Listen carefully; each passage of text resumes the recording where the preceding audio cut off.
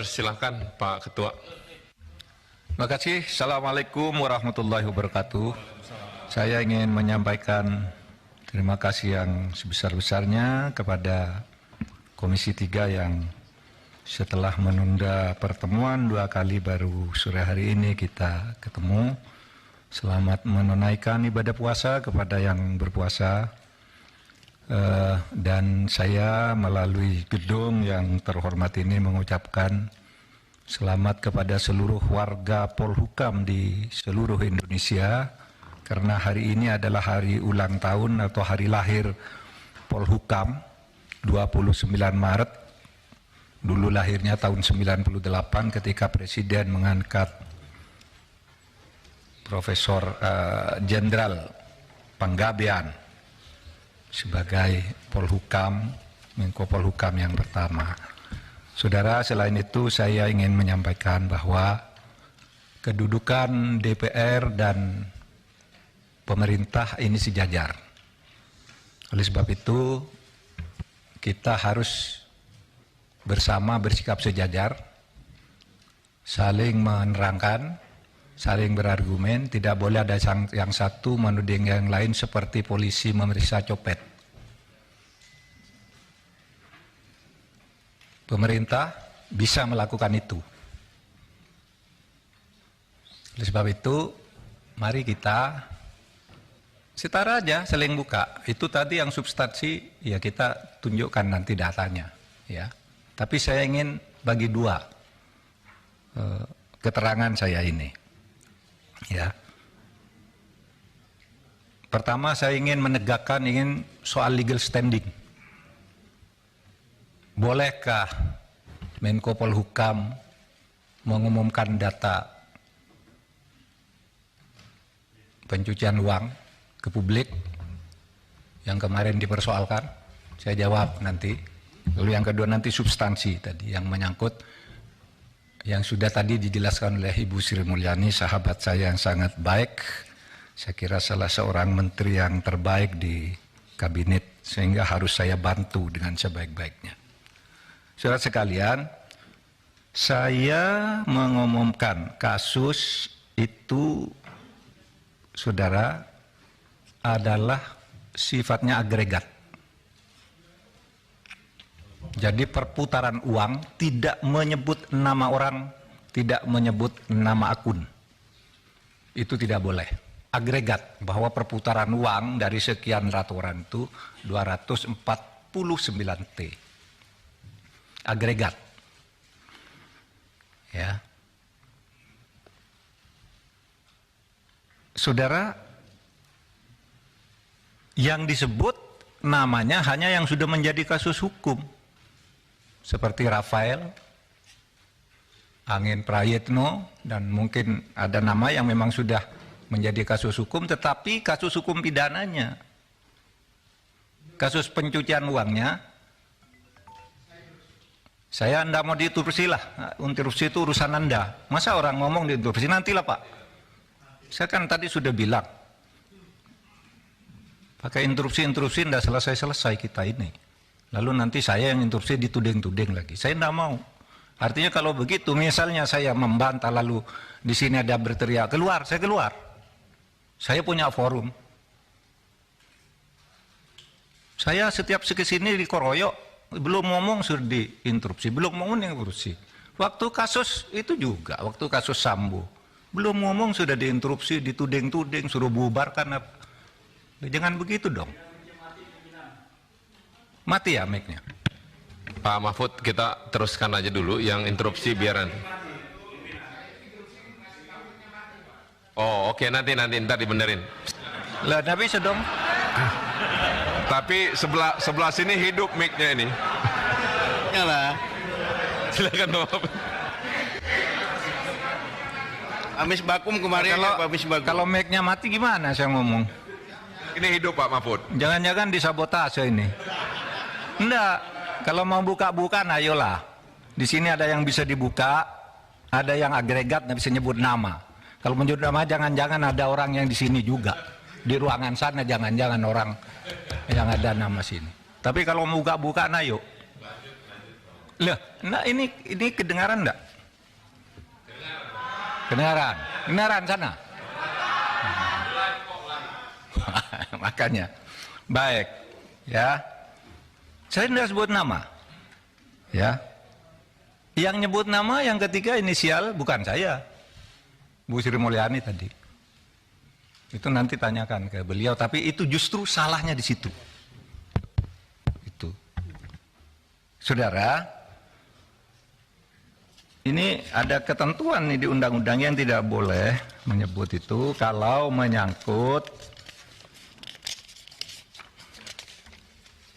ini identitas seseorang, kemudian nama perusahaan, nomor akun dan sebagainya itu ya.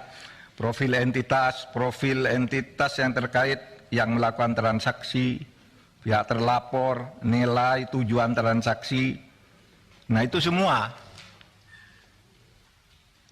tidak boleh disebut. Saya tidak nyebut apa-apa, hanya nyebut angka agregat. Oke, satu. Oleh sebab itu, saya harus jawab dulu satu persatu. 3 orang nih Pak Arteria. Wah, katanya, ini bisa diancam dengan ancaman hukuman pidana 4 tahun. Karena itu lalu terpancing si Boyamin itu ngelaporin betul. Meskipun dia guyon sebenarnya. Biar yang dipanggil itu menjelaskan, katanya biar Pak Arteria. Dia mati dipanggil oleh polisi. Karena ada laporan, lalu apa salahnya? Itu kata si Pak Boyamin. Begini, saudara, apa dasarnya melapor ke ketua? Loh, saya ketua, jadi dia boleh lapor, boleh saya minta. Loh, kamu kan ke Pak Harto, ke Pak Presiden, kenapa lapor ketua? Ya memang kenapa saya ketua diangkat oleh Presiden, ada SK-nya. Terus untuk apa ada ketua, ada komite? Kalau tidak lapor, kalau saya tidak boleh tahu, itu satu, ya. Itu bisa dihukum 10 tahun. Beranikah saudara Arteria bilang begitu kepada Kepala BIN, Pak Budi Gunawan? Pak Budi Gunawan tuh anak buah langsung presiden. Anak buah langsung presiden dia. Bertanggung jawab presiden, bukan anak buahnya Menko Polhukam. Tapi setiap minggu laporan kayak ini resmi, info intelijen kepada Menko Polhukam. Coba saudara bilang ke Pak Budi Gunawan, Pak Budi Gunawan, menurut Undang-Undang BIN bisa diancam 10 tahun penjara, berani enggak? Menurut pasal 44. Kan persis yang saudara baca kepada saya, bahwa kalau menyampaikan ke Menko Polhukam 10 tahun, Pak BIN nyampaikan, bukan ke Presiden, tapi ke saya. Ini bulan Maret ada nih. Kok terus enggak boleh gimana? Apa gunanya ada? Dan ini penting saudara. Karena apa? Ya. Karena saya bekerja berdasar info intelijen. Misalnya ada kayak gini, saya enggak bocorkan di sana, tapi tahu besok akan ada demo di sana. Kekuatannya sekian orang, korlapnya ini. Kekuatan polisi yang diperlukan segini. Sehingga saya enggak perlu rapat tuh kecil. Oh ini serius. Itu info intelijen, masa saya enggak boleh ngomongkan gitu? Tiap malam saya dengan Pak Budi Gunawan nih, di WA saya nih, info intelijen, Pak besok nampaknya ada demo di sana Pak. Oh iya Pak, sudah itu korlapnya ini kekuatannya segini aja Pak. Cuma cukup di Polsek, cukup di Polres atau harus di Mabes. Kalau sudah perlu Mabes, saya undang rapat. Dan itu info intelijen, masa enggak boleh? Lalu mau dihukum 10 tahun, Pak Budi Gunawan, tugas dia bukan wahan Menko Polhukam, tapi selalu ngelapor resmi malahan kepada saya. Ya. Nah oleh sebab itu, saudara, dan ini sudah lakukan banyak nih. Kok saudara baru ribut sekarang? Nih, umumkan dan saudara diem aja sejak dulu nih. Kita yang mengumumkan kasus Indosuria. Yang sampai sekarang bebas di pengadilan, kita tangkap lagi. Karena kasusnya banyak. Itu kan PPATK, kok baru ribut soal ini? Lukas NMB, ketika ditersangka ngamuk-ngamuk, rakyatnya turun, saya panggil PPATK, umumkan, uangnya di freeze. Kalau tidak begitu, Anda bisa ditangkap dia. Kita tahu dari Mbak Intelkam Polri misalnya, itu gimana di Papua? Menurut Intel, Pak, nasinya, cateringnya setiap hari turun, itu sudah tidak ada kekuatannya. Itu kan Intel, masa tidak boleh?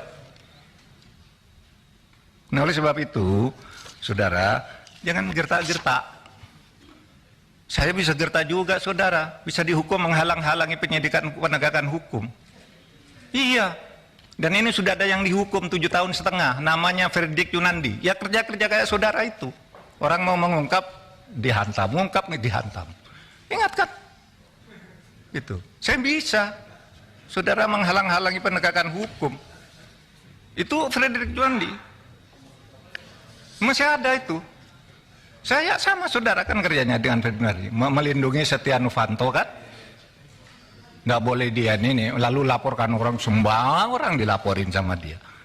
Ya kita bilang ke KPK itu menghalang-halangi penyidikan, menghalang-halangi penegakan hukum, tangkap.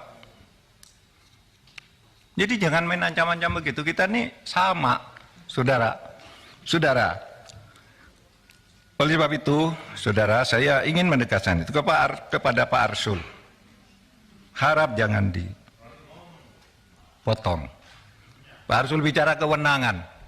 Menurut Perpres kewenangan Polhukam itu A, B, C, D. Tidak berwenang mengumumkan. Loh, saya tanya, apa dilarang mengumumkan? Kalau tidak berwenang, apa dilarang? Kalau di dalam hukum itu sesuatu yang tidak dilarang itu boleh dilakukan. Anda dari pesantren nih, saya bacakan dalilnya. Wal aslu fil uqudi wal muamalah as-sah hatta yaqumu dalilun alal batalani wa tahrim. Pimpinan, izin pimpinan. Boleh bicara? Nanti dulu. Menurut saya biarkan gini, menjelaskan dulu dong. Nanti gini. Bicara. Saya mohon izin ke pimpinan. Boleh nggak saya bicara? Nanti dulu. Oke, nanti dulu. Silakan. Jadi setiap urusan itu kalau tidak ada larangan, boleh, kecuali sampai timbul hukum yang melarang. Itu pesantren kan? Dalil di pesantren waktu kecil udah menghafal kayak gini. Nanti kalau di dalam hukum umum, saya katakan juga sekarang ke Pak Beni, pertanyaannya kok seperti polisi. Menko boleh ngomongkan apa enggak? Begini Pak, kalau boleh apa tidak? Begini kalau substansi, boleh apa tidak? Jawab iya atau tidak. Kan tidak boleh tanya begitu. Itu. Harus ada konteksnya dong. Sudah bilang, boleh. Boleh katanya. Ini yang saya lihat. Kalau boleh sebutkan pasalnya, boleh kok harus ada pasalnya. Kalau boleh itu tidak perlu pasal. Misalnya saya tanya ke Pak Beni, boleh tidak saya ke kamar mandi sekarang? Boleh, mana pasalnya? Tidak ada, karena boleh. Kalau dilarang baru ada pasalnya. Di mana dalilnya? Nah sekarang bukan bahasa Arab, bahasa Latin. Nolum delictum nola punasine previa lege punali. Ini dalam hukum pidana. Tidak ada satu kesalahan, tidak ada sesuatu yang dilarang itu sampai ada undang-undang yang melarang lebih dulu. Ini tidak dilarang kok. Lalu ditanya kayak copet aja. Memang siapa? Pak Mahfud. Ya. Jadi ini Pak Mahfud menjawab apa yang diungkapkan oleh Pak Arsul, Pak Arteria. Nanti habis ini Pak Beni berarti kalau gitu ya? Iya tadi sudah. Oh, udah? Iya Pak Beni yang bertanya sewenang-wenang. Jadi teman-teman, sebentar Pak Mahfud, supaya dalam rapat ini apa yang mungkin seminggu terakhir penyampaian di publik dan rapat yang kemarin sudah disampaikan oleh Komisi 3, ini Pak Mahfud menyampaikan juga klarifikasi tentang terkait apa yang sudah teman-teman ungkap. Jadi berikan ruang Pak Mahfud untuk mengklarifikasi. Nanti setelah Pak Mahfud menyelesaikan, teman-teman silakan untuk menyampaikan hal terkait apa yang disampaikan Pak Mahfud. Silakan Pak Mahfud. Ya, saya kira sudah begitu aja. Ya. Nah karena sering di DPR ini aneh. Kadang-kadang marah-marah gitu, nggak taunya Markus dia. Marah ke Jaksa Agung, ngomong itu, nantinya datang ke kantor Kejaksaan Agung, titip kasus. Pimpinan, mohon dicatat ya. Saya interupsi pimpinan. Interupsi pimpinan. Saya kira ini tidak relevan. Silakan. Interupsi pimpinan. Ya. Silakan Pak Habib, silakan. Apa? Saya kebetulan pimpinan Mahkamah Silakan. Kehormatan Dewan, pimpinan. Ini konten Saya minta parlemen Pak ini. Mahfud, apa memang benar ada data yang soal Markus anggota DPR, disampaikan saja sekarang. Nanti Saya sampaikan kami sekarang. lanjuti. Ya. Disampaikan saja. Ingat peristiwa di Kampung Maling, Ustadz di Kampung Maling. Saya kira saya sama Pak Beni masih ada di sini. Ya. Kan saya tadi nyebut DPR, nggak nyebut saudara. Pada waktu itu, Jaksa Agung Abdurrahman Saleh dicecar habis-habis, ditanya seperti ini, dibilang, Bapak ini seperti Ustadz di Kampung Maling, Bapak baik, tapi di lingkungan Bapak jelek. Ya kan, ingat kan? Itu tanggal 17 Februari 2005. Berarti bukan di periode ini, Pak Mahfud. Bukan. Oh, bukan kewenangan saya. Ya, tapi lihat fenomenanya. Nanti Oke. saya tunjukkan. Alhamdulillah. Ya. Tahu-tahu apa enggak? Sidangnya Di periode ini ada nggak? Kenapa? Di periode ini ada nggak yang Markus anggota DPR? Saya tidak akan nyebut itu. Saya memberi contoh di DPR ada yang seperti itu. Enggak. Ada nggak, Pak? Enggak, saya Oh. enggak berhak, enggak wajib menjawab saudara. Kalau ada sih kita tidak lanjuti, Pak. Nanti saya beritahu saudara. Sekarang Pak jangan nanti, Pak. Kalau Enggak. sekarang ada datanya enggak diunjuk. Enggak mumpung terbuka. Saya terbuka sekarang. Waktu itu Pak Jaksa Agung tahu enggak? Yang Nah, itu marah waktu- itu ada. Periode waktu itu, yang periode sekarang ada atau tidak? Pak Habib, begini, teman-teman Pak Mahfud, untuk menyelesaikan Sebentar, Pak pimpinan. Ini juga nggak bisa dibiarkan terlalu jauh begini. Ini kan Nggak, pimpinan yang ganti nih, pimpinannya ganti. Sebentar. Ini gini. Pimpinan ganti. Teman-teman, Yang bener, Ron. Teman-teman. Lu ingetin tuh, lu yang bener, Ron. Dari saya selesaikan dulu ya. Ya, seharusnya pada kesempatan pertama Pak Mahfud menjelaskan semua hal yang Pak Mahfud jelaskan di media terkait dengan 300 triliun itu.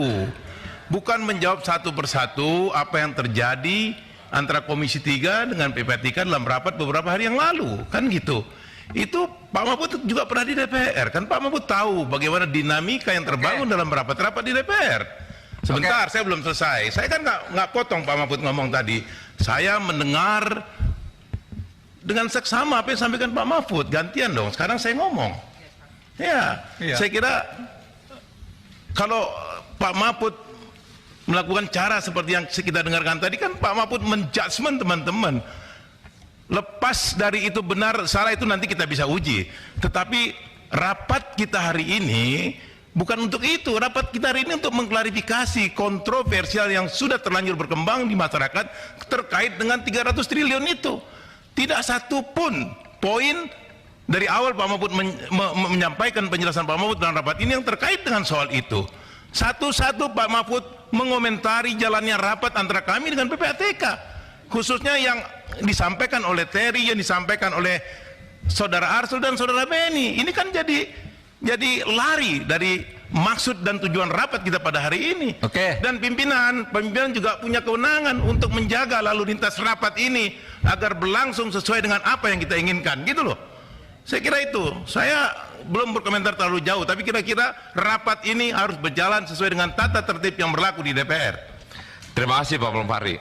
Pak Mulfahri dan teman-teman, namanya kita mengundang rapat yang bersangkutan sebagai Ketua Komite Nasional dengan kontroversi yang ada.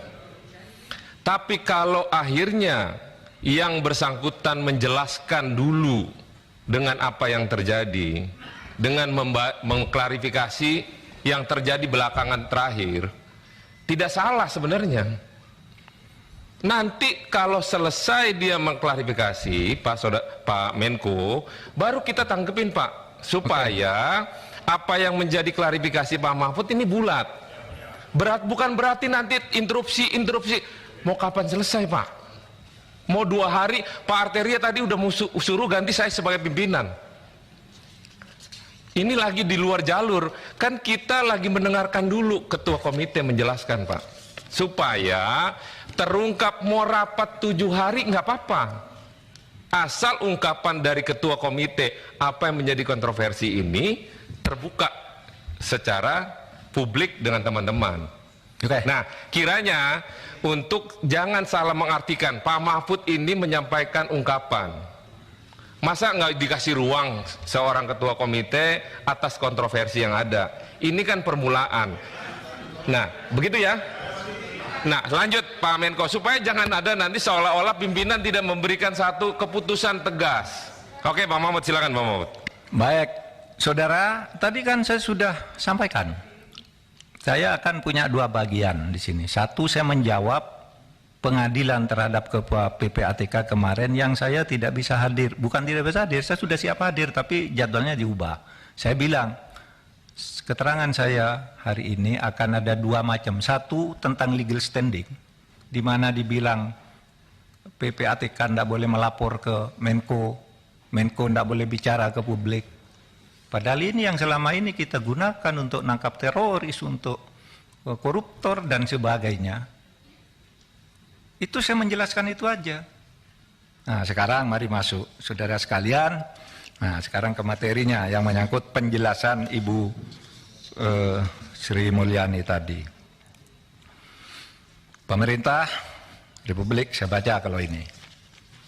Pemerintah Republik Indonesia senantiasa berkomitmen untuk mencegah dan memberantas tindak pidana pencucian uang dengan mengoptimalkan koordinasi, kolaborasi dan kerjasama antar kementerian lembaga negara.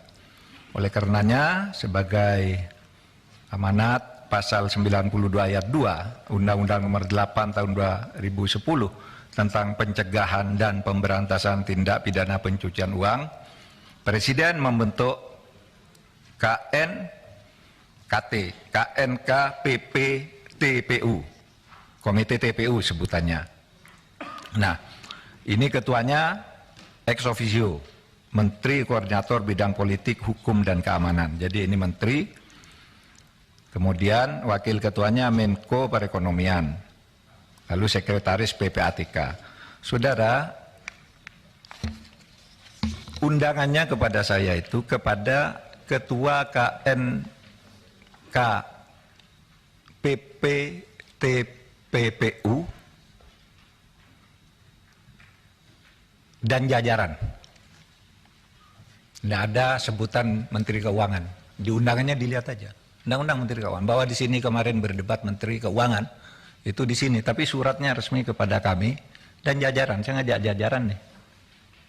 Yang ada di sini nih adalah ada yang di dalam TPU. Jadi mohon difahami itu. Nah, saudara sekalian, saya ingin menyampaikan secara singkat saja apa yang dimaksud dengan apa itu? Slide-nya sekarang. Slide berikutnya. Saya jelaskan dulu ketika saya nyebut angka itu artinya itu apa? Pertama, tindak pidana pencucian yang itu adalah satu, transaksi keuangan yang menyimpang dari profil, karakteristik atau kebiasaan pola transaksi dari pengguna jasa yang bersangkutan. Kalau profilnya menteri, kira-kira pendapatannya berapa? Kok tiba-tiba hartanya sekian? Nah, itu menyimpang dari profil, bisa dicurigai sebagai tindak pidana belum tentu pencucian, tapi dicurigai. Bisa menurut undang-undang ini. Kedua, transaksi keuangan oleh pengguna jasa yang patut diduga dilakukan dengan tujuan menghindari pelaporan transaksi yang bersangkutan yang wajib dilakukan oleh pihak pelapor sesuai dengan Undang-Undang TPPU. Yang ketiga, transaksi keuangan yang dilakukan atau batal dilakukan dengan menggunakan harta kekayaan yang diduga berasal dari hasil tindak pidana atau transaksi keuangan yang diminta oleh PPATK untuk dilaporkan oleh pihak pelapor karena melibatkan harta kekayaan yang diduga berasal dari hasil tindak pidana. Nah, modusnya begini. Satu, kepemilikan saham pada perusahaan atas nama keluarganya. Dia, ya seperti yang baru diumumkan tuh, RAT. Dia laporannya sendiri sedikit, rekeningnya sendiri sedikit, tapi istrinya, anaknya, perusahaannya, nah itu patut dicurigai. Karena pekerjaannya. Apakah itu betul pencucian? Nah, nanti dibuktikan, tapi itu sudah memenuhi syarat. Yang kedua, pemilikan aset berupa barang yang bergerak maupun tidak bergerak, diatasnamakan pihak lain, disimpan di tempat lain. Sekretaris Mahkamah Agung itu punya mobil mewah berapa, mobilnya disimpan di tempat lain. platnya diganti. Kan muncul tuh di PPATK, itu pencucian uang, harus diperiksa. Yang ketiga, membentuk perusahaan untuk mengelola hasil kejahatan. Untuk perusahaan gitu, bikin hotel, hotelnya tidak ada yang beli, tapi asetnya besar sekali. Hotelnya ada orang masuk, hanya hotel melati, tapi uangnya ratusan miliar. Nah itu bisa dicurigai sebagai pencucian uang. Ya. Penerimaan hibah yang tidak bergerak hasil kejahatan tanpa dilengkapi akta hibah. Tidak ada hibah. Ada yang hibah, dikirim ke ayahnya, ini nyogok misalnya, saya disuap 5 miliar. Lalu di mana caranya nih? Dikirim ke ayah saya. Lalu ayah saya disuruh bikin hibah, oh ini dari ayahnya. Itu bisa. Ada juga yang rekening, saudara. Saya buka rekening 10 miliar atas nama saya. Lalu ATM-nya diserahkan Pak Sahroni, Pak ambil uang ini sesuka-suka kamu. Namanya saya. Tapi Anda yang ngambil di ATM setiap kau butuh sampai habis. Itu pencucian uang. Ya. Nah yang dikerjakan dari data ini adalah kerja-kerja seperti itu. Menggunakan rekening atas nama orang lain untuk menyimpan hasil kejahatan, melakukan transaksi pembelian barang fiktif, dilakukan pembayaran namun barang tidak pernah dikirimkan. Misalnya begini, dari sebuah organisasi di Arab Saudi itu ngirim uang ke Gresik. Apa? Membeli sejadah produk Gresik dan peci. Jelas pengirimannya ke satu perusahaan, tapi barangnya tidak pernah balik. Dari Gresik tidak ada apa itu, untuk dibuat bom. Itu pencucian uang di bidang terorisme. Gitu. Kemudian menyimpan harta hasil kejahatan dalam safe deposit box atau tempat lainnya, masuk. Nah saudara, dengan mengerti ini, maka saudara sekarang saya masuk ke dalam substansi perkaranya. Saudara, dari keterangan Bu Sri Mulyani tadi, saya ingin menjelaskan fakta dan nanti datanya bisa ambil di sini. Bisa saya tunjukkan di sana lalu ambil. Bahwa ada kekeliruan pemahaman Ibu Sri Mulyani dan penjelasan Ibu Sri Mulyani karena ditutupnya akses yang sebenarnya dari bawah. Sehingga apa yang beliau jelaskan tadi itu adalah data yang diterima tanggal 14 ketika bertemu dengan Pak Ivan. Sehingga disebut yang terakhir itu, yang semula ketika ditanya oleh Bu Sri Mulyani itu, ini apa kok ada uang 189? Itu pejabat tingginya yang eselon 1 itu. Oh enggak ada Bu di sini. Enggak pernah ada katanya. Ini tahun 2020 kata Bu, enggak pernah ada. Ada Pak Ivan, enggak ada. Baru dia, oh iya nanti dicari katanya. Dan itu nyangkut 189, nanti dijelaskan oleh Pak. Dan itu adalah pencucian uang, dugaan pencucian uang, cukai dengan 15 entitas. Tapi apa laporannya? Menjadi pajak. Sehingga kita diteliti, oh iya ini perusahaannya banyak, hartanya banyak, pajaknya kurang, padahal ini cukai laporannya. Apa itu? Emas. Ya. Impor emas, batangan yang mahal-mahal itu, tapi di dalam surat cukainya itu dibilang emas mentah. Diperiksa oleh PPATK, diselidiki. Di mana? Kamu kan emasnya emas sudah jadi, kok bilang emas mentah? Enggak. Ini emas mentah tapi dicetak di Surabaya. Dicari ke Surabaya, tidak ada pabriknya. Dan itu menyangkut uang miliaran, saudara. Tidak diperiksa. Laporan itu diberikan tahun 2017. Oleh PPATK. Bukan tahun 2020. 2017 diberikan, tidak pakai surat, tapi diserahkan oleh Ketua PPATK langsung kepada Kementerian Keuangan yang diwakili oleh Dirjen Bea Cukai, Irjen Kementerian Keuangan, dan 2 orang lainnya. Ini serahkan. Kenapa tidak pakai surat? Karena ini sensitif, masalah besar.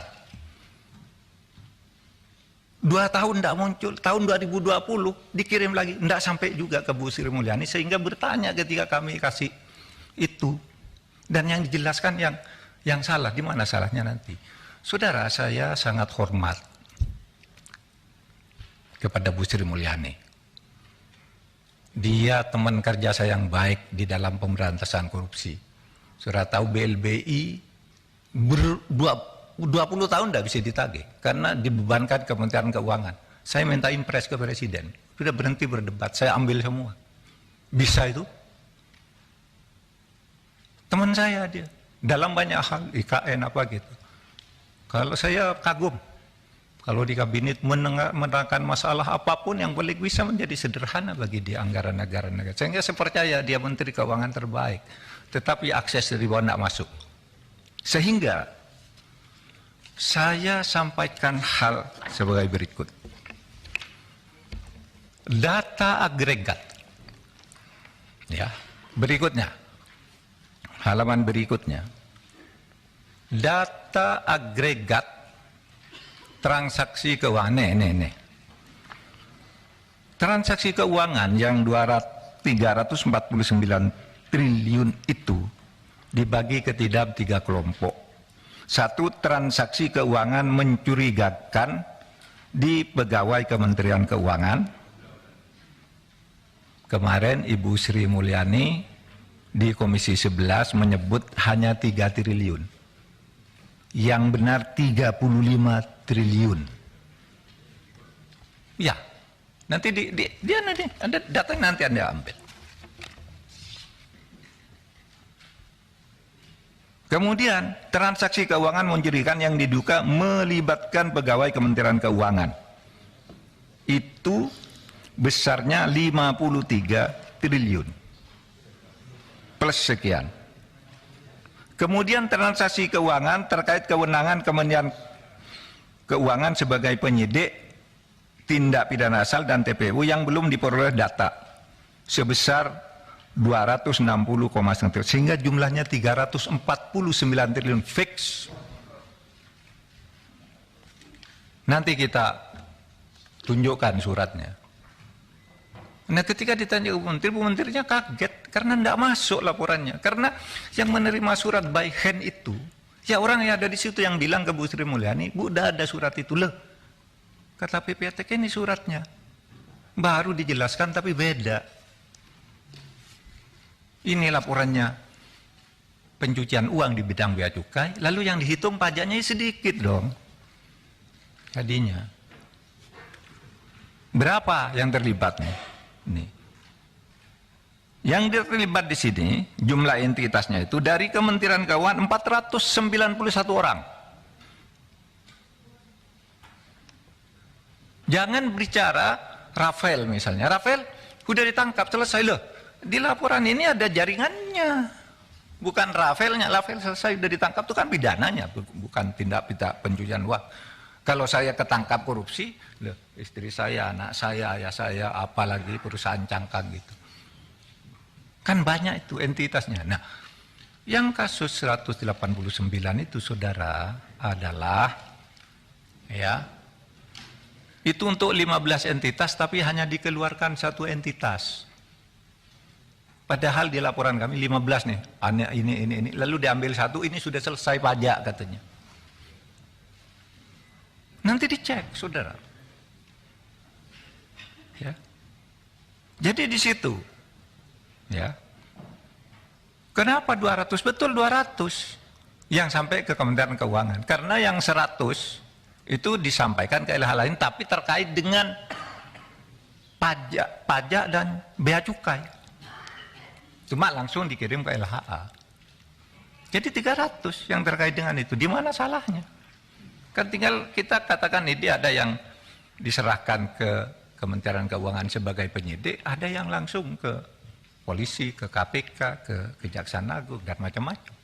Itu uraiannya kan ada di situ. Ya.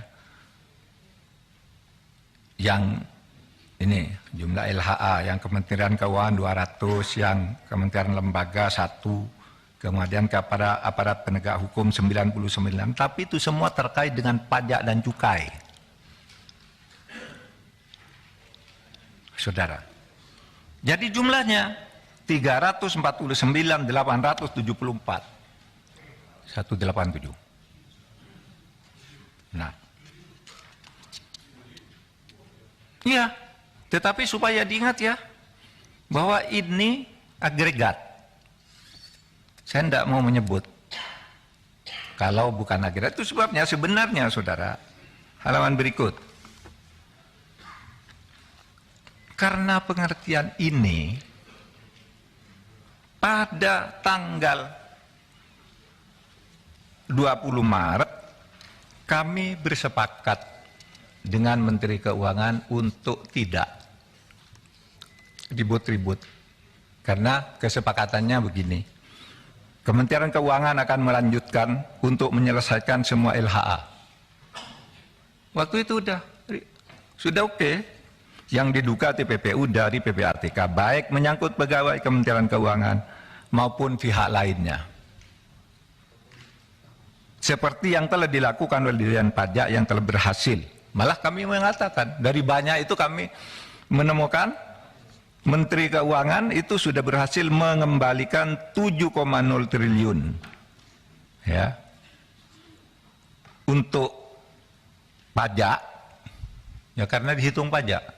Jadi hitung pencucian uang, 7,8 triliun untuk pajak, dan dari bea cukai masuk 1,1 triliun menjadi 8,11 triliun.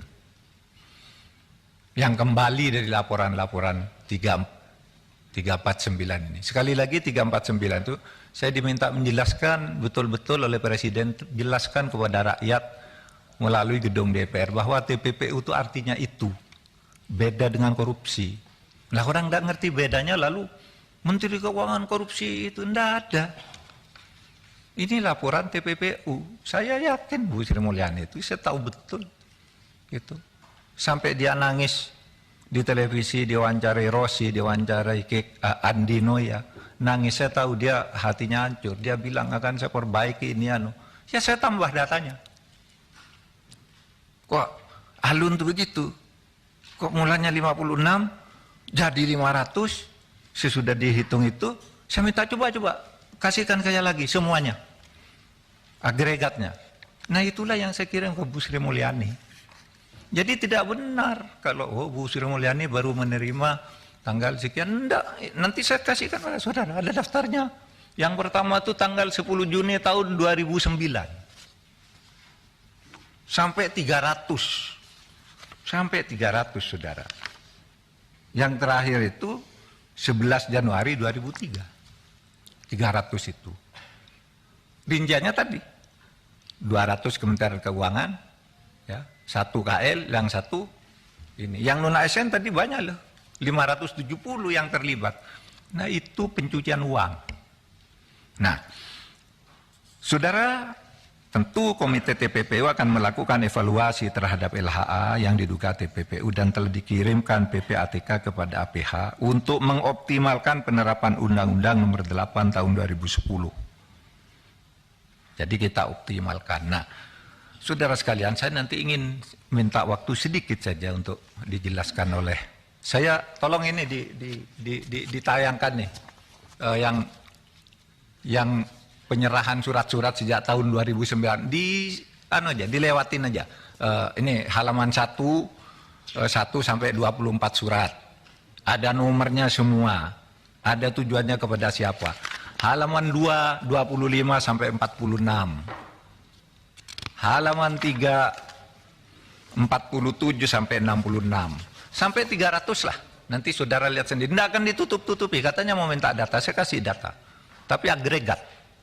Nah dari data yang agregat ini, kalau saudara ingin, silakan. Itu DPR. Saya akan nyebut agregat. Angka untuk setiap surat ini sudah ada juga. Sehingga apa kesimpulan saya? Bu Sri Mulyani tidak punya akses terhadap laporan-laporan ini. Sehingga keterangan yang terakhir pun di Komisi 11 itu jauh dari fakta. Karena bukan dia nipu, dia diberi data itu, data pajak, padahal ini data bea cukai. Tadi penyelundupan emas itu. Ini enggak tahu siapa yang bohong. Tapi itu faktanya. Kalau enggak adu data, mari. Saudara mau undang kan? Adu data dengan saya. Nah ini saudara yang saya katakan agregat. Nah, saudara saya ingin mengusulkan begini. Sulit memberantas korupsi itu. Tolong melalui Pak Bambang Pacul, Pak, tolong Pak, undang-undang perampasan aset tolong didukung Pak. Biar kami bisa ngambil begini-begini ini Pak.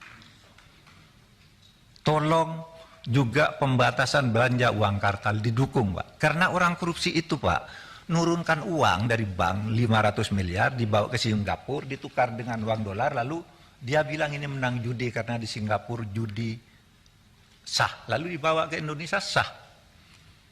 Padahal itu uang negara Pak. Itu pencucian uang Pak. Nah sekarang mari kita batasi kalau belanja 100 juta Anda keluarkan dari bank mana, kirim ke bank mana. Jangan dari orang bawa koper tuh, yang satu kopernya berisi kertas, yang satu berisi uang, ditukar di atas pesawat. Itu yang banyak terjadi. Nah, satu yaitu undang-undang perampasan aset. Saya kira kemarin DPR dari Komisi 3 sudah ada yang bersuara agar Presiden segera mengirimkan surpres. Tolong, kami mengajukan sejak tahun 2020 dan sudah disetujui dibalik, tiba-tiba keluar lagi ketika akan mulai ditetapkan sebagai prioritas utama.